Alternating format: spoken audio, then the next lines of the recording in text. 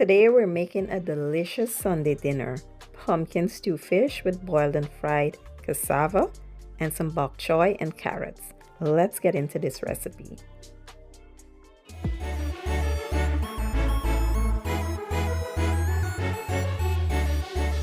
Alright, let's start by preparing the vegetable.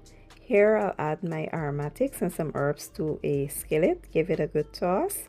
Let it go for about 2 minutes. And then we'll introduce our vegetable. Today I'm going to be using some carrots and bok choy.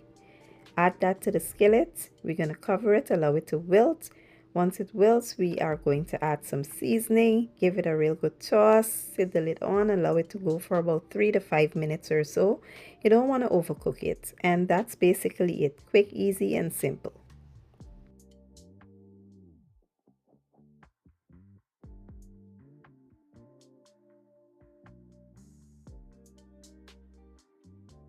For the carbs, we'll do some boiled and fried cassava. So here I will add some salt to the cassava, allow them to boil until nice and tender.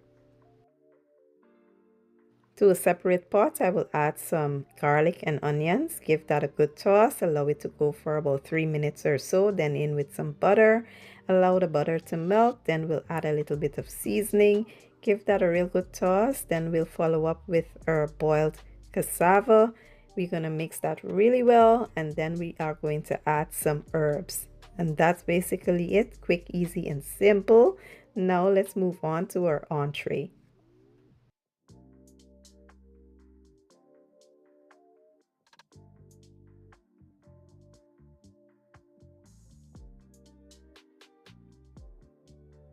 For the entree, we'll be doing some pumpkin stew fish. So you want to wash your fish thoroughly, then pat it dry.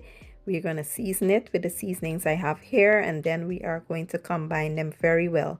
Add them to the fish along with 2 tablespoons of green seasoning, and you're going to mix well to combine. I did let this sit overnight, and yeah, here I will boil some pumpkin. Once the pumpkin is soft, you will go in with a hand blender, or you can use a regular blender and blend to a nice smooth consistency.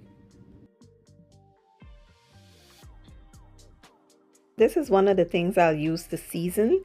Here I will add it to a strainer because I will just be using the seasoning and not the noodles in the package. Here I went ahead and flour my fish with flour and cornstarch, and then I will add it to a skillet with some oil. Fry until nice and golden brown. Once done, remove, set aside, and follow up with the next batch.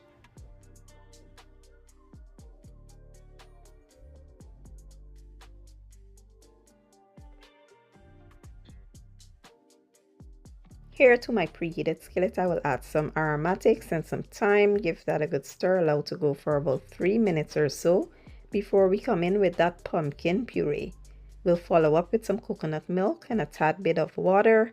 We will also add our seasoning here for flavor and taste. Feel free to use whatever seasonings you like. It doesn't have to be the ones I'm using. Once that is mixed in thoroughly, you will sit the lid on and allow this to go for about, let's say, 10 minutes or so, just allowing all the ingredients to come together perfectly.